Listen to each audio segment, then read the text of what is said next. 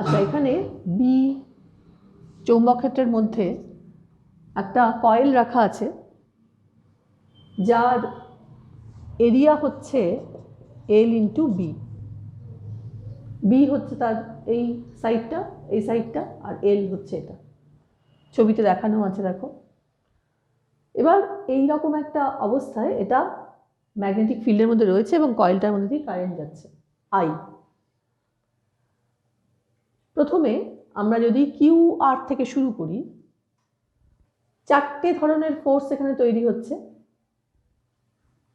একটা হচ্ছে এই কারেন্টটার জন্য, তারপরে আবার এদিকে উঠছে F1, এদিকের জন্য PS এর মধ্যে দিয়ে, এলিমেন্টের মধ্যে দিয়ে কারেন্ট যাওয়ার জন্য, এবং ফাইনালি PQ। এবার QR এর লেন্থ যেহেতু B, এখানে যদি আমরা ফোর্সটা ক্যালকুলেট করি, ধরো F1 হচ্ছে IBL, তাই তো হবে, যেটা আমরা আগে দেখেছি। এবার এখানে I into B cross B, এখান থেকে যেটা আসছে সেটা হচ্ছে I ইন্টু, এখানে দেখতেই পাচ্ছ এই বি এর সঙ্গে কয়েলটা এমনভাবে রাখা আছে যেটা থিটা কোণ করে আছে, সুতরাং এখানে IBB সাইন থিটা হলো। এবার আমরা তার প্যারালাল ফোর্সটা নিই F1,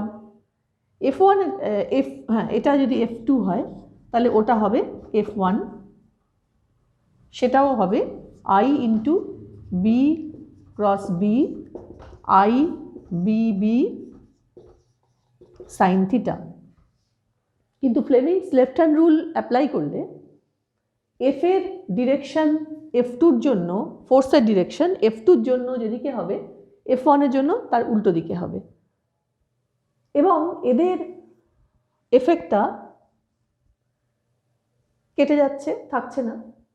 এবার আমরা এই ভার্টিক্যাল যে এটা উঠেছে, কয়েলের যে এই সাইডটা উঠেছে, সেদিকে দেখো, সেটা এমনভাবে প্লেস করা আছে যেন বি এর সাথে সেই কয়েলটার এই লেন্থটা পারপেন্ডিকুলার আছে π/2। আমরা যদি সেই ফোর্সটাকে F3 এবং F4 বলি, তাহলে F3 কি দাঁড়াচ্ছে? F3 হচ্ছে I, এখানটা L, তাহলে L ক্রস B, এটা হয়ে যাচ্ছে ILB সাইন π/2, সেই জন্য হয়ে যাচ্ছে ILB F3। এবং ফ্লেমিংস রুল অ্যাপ্লাই করে ফোর্সের ডিরেকশনটা ওই দিকে আসছে। ঠিক একইভাবে F4 কি হচ্ছে? IL। সিমিলারলি এখানেও F4, আমি পুরোটা করছি না, ILB, এবং F4 এর ডিরেকশন হচ্ছে এপাশে। দেখো এটা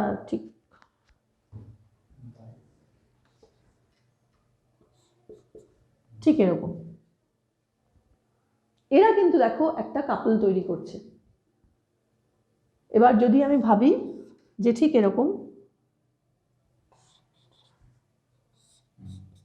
এরকম তাহলে, এবং মাঝখানে তাদের এই সেপারেশনটা হচ্ছে B, তার সাথে অ্যাঙ্গেল হচ্ছে theta.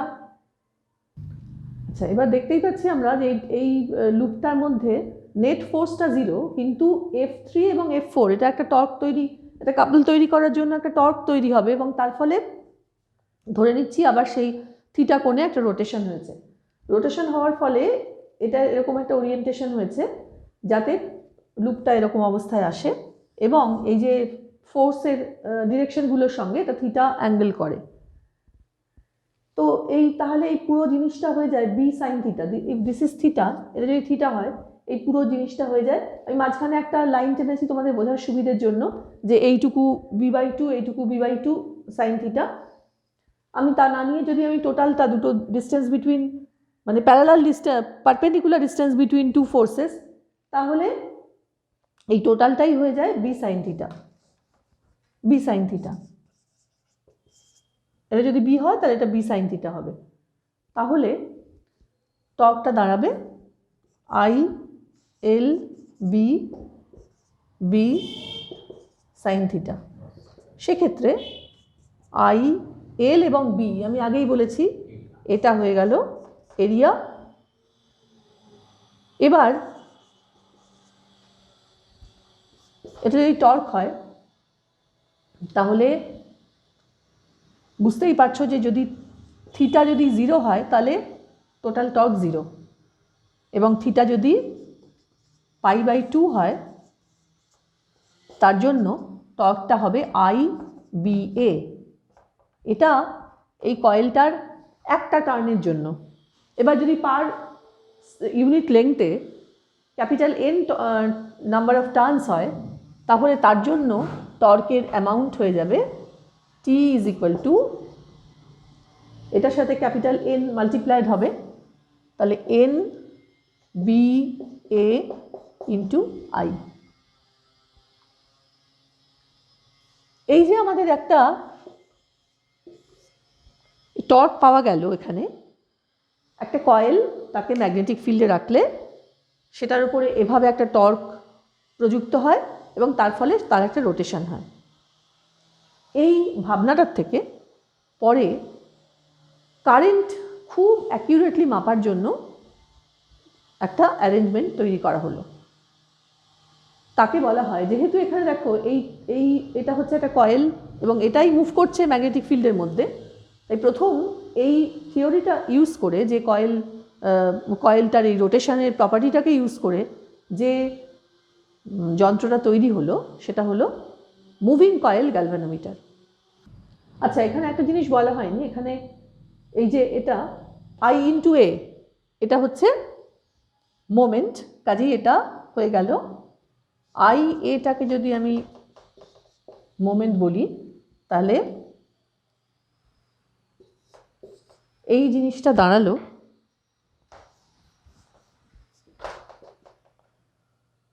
M B sine theta, এটা হয়ে গেল এম ক্রস বি।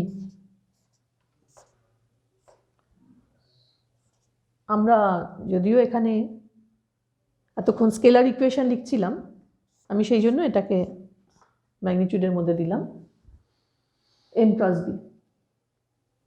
আচ্ছা, এবার আমরা চলে যাই, এই যে T is equal to N B A I হলো, এখানে তাহলে টর্কের এই যে একটা যান্ত্রিক একটা রাশি পাওয়া গেল টর্ক, এটাকে আমাদের যখন ওই মুভিং কয়েল গ্যালভানোমিটারের কথা আমি বললাম সেখানে একটা অ্যারেঞ্জমেন্ট করা হবে। মনে করো একটা হর্সশু ম্যাগনেটের ভেতরে একটা এরকম চৌকো কয়েল, সেটা কিছুর একটার ওপর উন্ড করা আছে, সেই কয়েলটাকে ঝোলানো আছে কিছু একটা দিয়ে, যে স্ট্রিংটা দিয়ে ঝোলানো আছে সেই স্ট্রিংটা কোথাও একটা ফিক্সড রয়েছে। আমরা ছবিটা আঁকলে পরে তোমাদের কাছে পরিষ্কার হবে।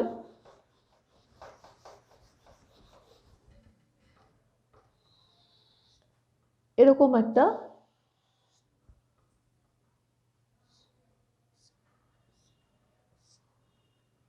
ক্লোজ একটা স্ট্রং ম্যাগনেটিক ফিল্ডের মধ্যে তাকে রাখা হয়েছে, এই কয়েল।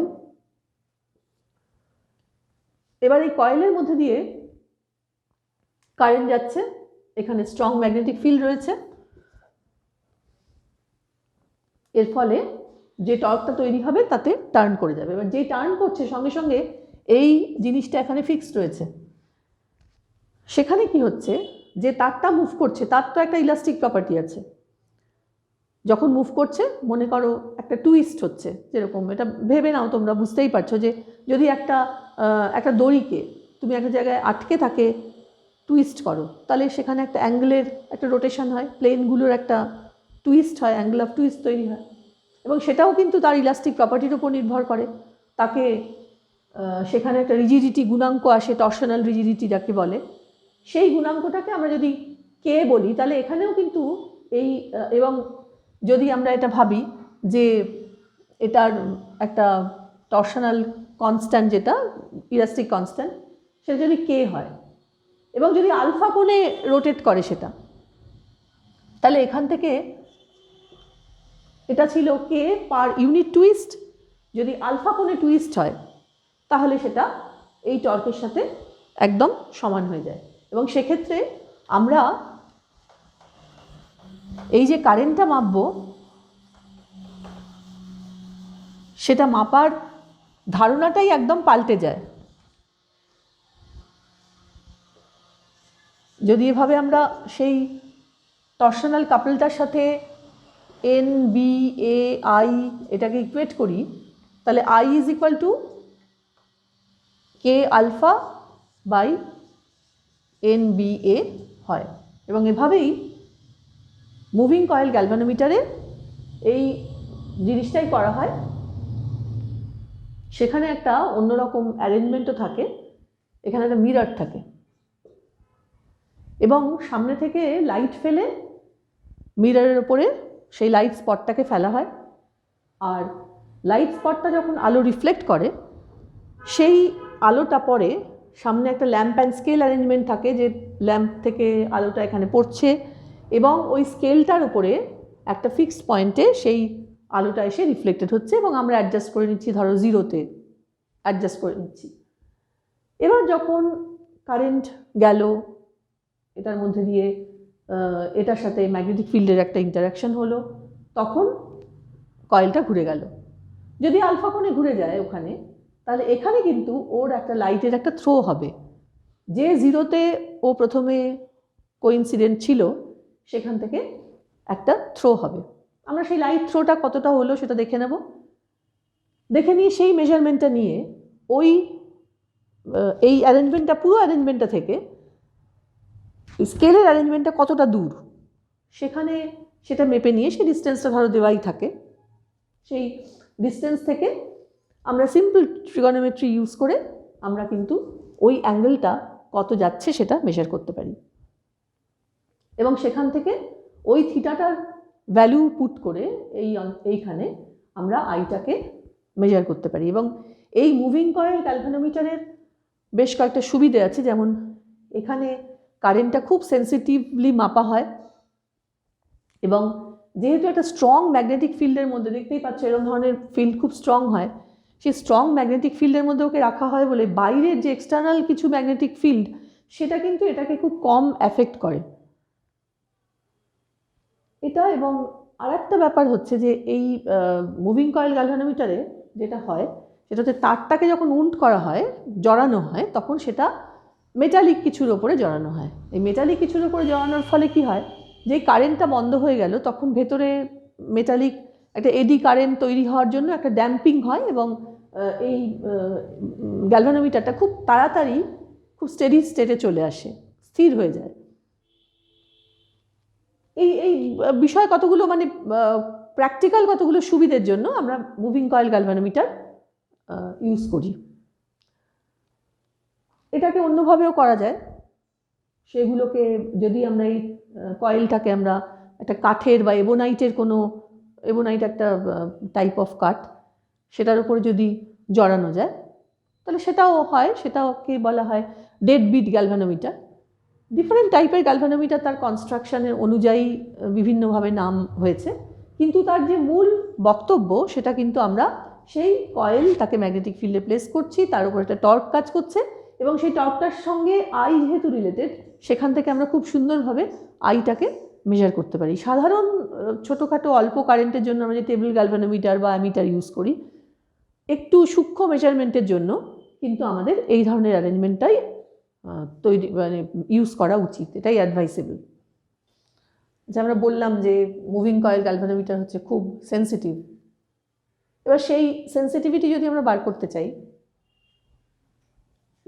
আমাদের মেইন ইকুয়েশনটা হচ্ছে NBA আই। এখানে N A এগুলো হচ্ছে সব কয়েলটার নিজস্ব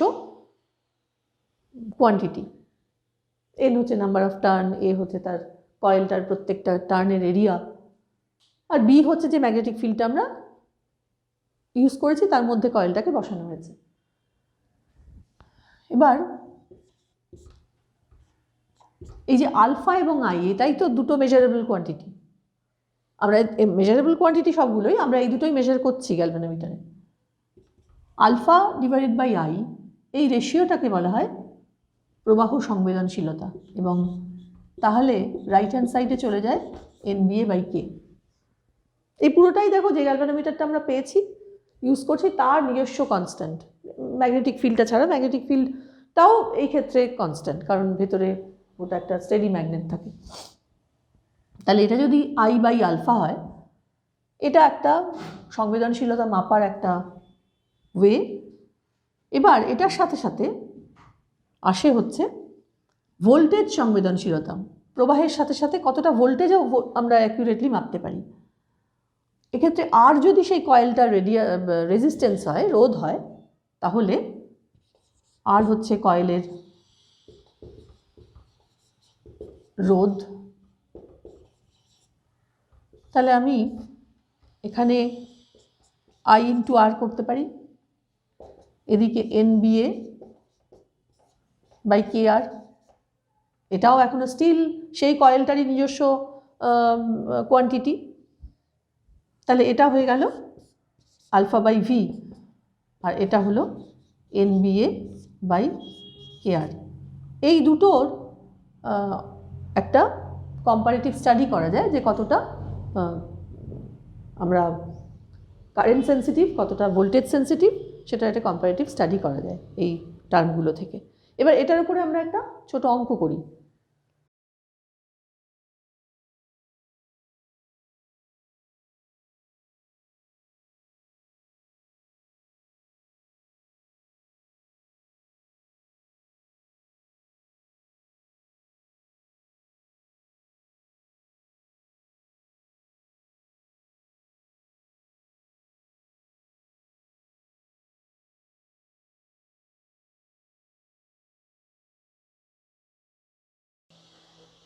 অঙ্কটা তোমরা দেখলে, একদম এক্ষুনি আমরা যা করলাম সেটার উপরেই।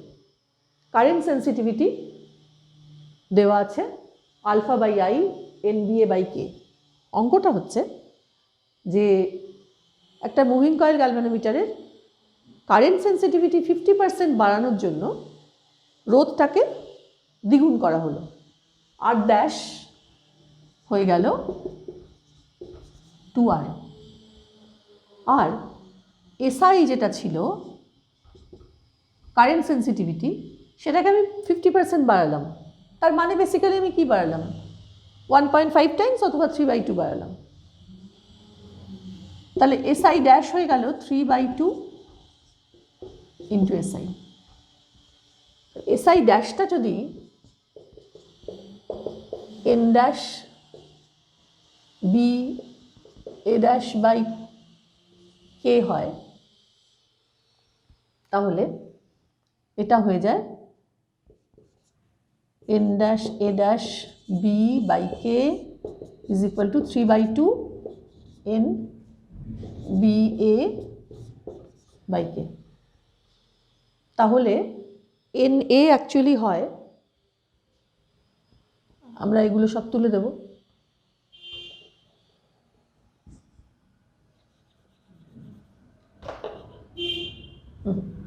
বিটা যাবে।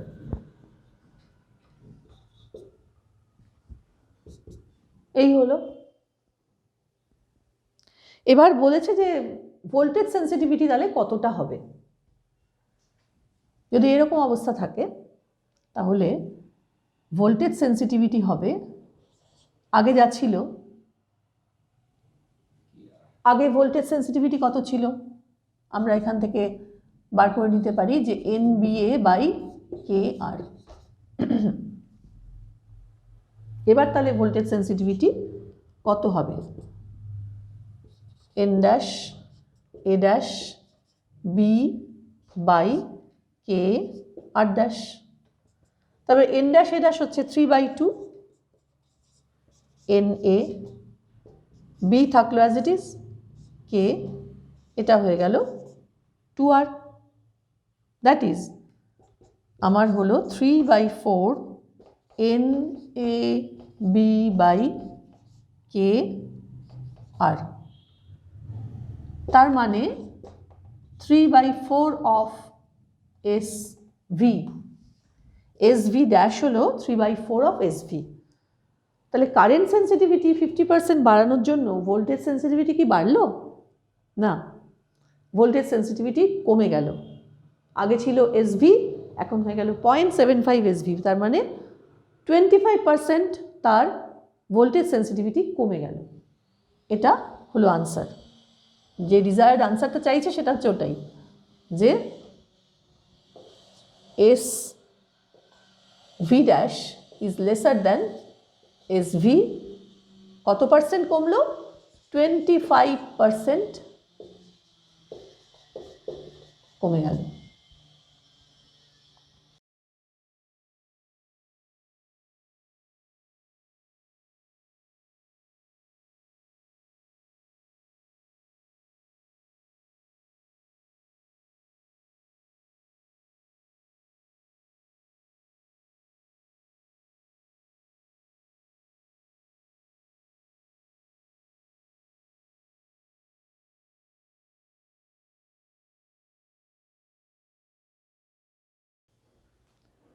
অঙ্কটা তোমরা পড়লে, আমি তার বেসিক ডেটাগুলো লিখেছি। যে কয়েলটা ইউজ করা হয়েছে তার লেংথ হচ্ছে 8 সেন্টিমিটার, তার ব্রেথ হচ্ছে 6 সেন্টিমিটার। এখানে N হচ্ছে total number of turns 2000, I 200 milli ampere, তাকে অ্যাম্পিয়ারে নিয়ে যাওয়া হয়েছে। P is equal to 0.2 tesla, যেটা কাজ করছে এক্স ডিরেকশন বরাবর, পজিটিভ এক্স ডিরেকশন বরাবর। আমরা আগে যদি একটা এই পজিটিভ এক্স ডিরেকশন, এই ওয়াই, এই জেড, দেখো যদি আমাদের জানতে বলেছে যে সর্বোচ্চ টর্ক কত হবে। আমাদের টর্কের সংজ্ঞা হচ্ছে, টর্কের এক্সপ্রেশন হচ্ছে N mb, ধরে নিচ্ছি এম আর যে মোমেন্ট এবং যে ম্যাগনেটিক ফিল্ডটা তৈরি হয়েছে তাদের মধ্যেকার অ্যাঙ্গেল হচ্ছে থিটা, তাহলে mb সাইন থিটা। এমটাও ভেঙে লিখে নিচ্ছি IA। সমস্ত ডেটা আমাদের অঙ্কে দেওয়া আছে। এবার এই টর্কটা যেখানে ম্যাক্সিমাম হবে, বুঝতেই পারছো, যেখানে 90 ডিগ্রি হবে সেখানেই ম্যাক্সিমাম হবে। তাহলে থিটাকে 90 ডিগ্রি বসিয়ে আমরা সর্বোচ্চ টর্ক সেটা বার করব। সর্বোচ্চ টর্ক NIAB। এক্ষেত্রে ভ্যালুটা কি হবে? 2200 ইন্টু 10⁻³ এ হচ্ছে 8 সেন্টিমিটার ইন্টু 6 সেন্টিমিটার, এটাকে মিটারে নিতে হবে, তাহলে ইন্টু 10⁻⁴ এ হলো। এবার বি 0.2। তাহলে এখানে এটা মোটামুটি এটার সাথে কেটে গেল, এখানেও -2 কেটে গেল, 2/10 এখানে একটা, না এখানে হলো 10⁻³ এখানে একটা 2। এবার তাহলে 8 × 48, 8 × 48 হচ্ছে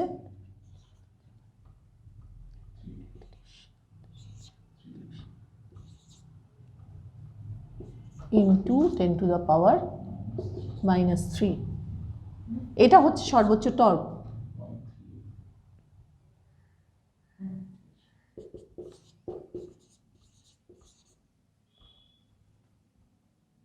নিউটন পার মিটার, তাই তো? এইবার কোন দিকে কাজ করবে? বিটা যদি এক্স ডিরেকশনে থাকে, পজিটিভ এক্স ডিরেকশনে থাকে, তাহলে যে টর্কটা কাজ করবে সেটা তো তার সাথে পারপেন্ডিকুলার প্লেনে থাকবে। এক্সের সাথে পারপেন্ডিকুলার প্লেনে একমাত্র আছে YZ। আমি যদি লালটা দিয়ে আঁকি তাহলে তোমাদের বুঝতে সুবিধা হবে। এই নিউটন মিটারটাকে একটু এখানে লিখছি। এই প্লেনটা দেখো পরিষ্কার, এই প্লেনটা হচ্ছে এক্স অ্যাক্সিসের সাথে পারপেন্ডিকুলার। তাহলে ওয়াই জেড প্লেনে আমার আনসার হবে যে কোন দিকে সর্বোচ্চ টর্ক কত, সেটা হলো 0.384 নিউটন পার মিটার, এবং এটা হচ্ছে ওয়াই জেড তলে কাজ করে। তাহলে 1 নম্বরের আনসার হলো। 2 নম্বরের আনসার খুব সিম্পল, যে এই টর্কের ভ্যালু কোথায় শূন্য। আর দুটো প্লেন যেখানে এক্স অ্যাক্সিস বরাবর বি কাজ করছে সেই দুটো প্লেনে ওই টর্কের ভ্যালু শূন্য হবে। That is X Z plane এবং এক্স ওয়াই প্লেন দুটোতেই কিন্তু টর্কের ভ্যালু শূন্য হবে। তাহলে আনসার হচ্ছে 2 নম্বরের আনসার হচ্ছে যে যেহেতু বি পজিটিভ এক্স দিক বরাবর কাজ করে, সুতরাং টর্কের value T is equal to NBA I sin 0, এইটা কাজ করবে এক্স ওয়াই এবং এক্স ওয়াই এবং এক্স জেড তল বরাবর, অর্থাৎ T is equal to 0 হবে ওই দুটো তল। তাহলে এভাবে অঙ্কগুলো করতে হবে।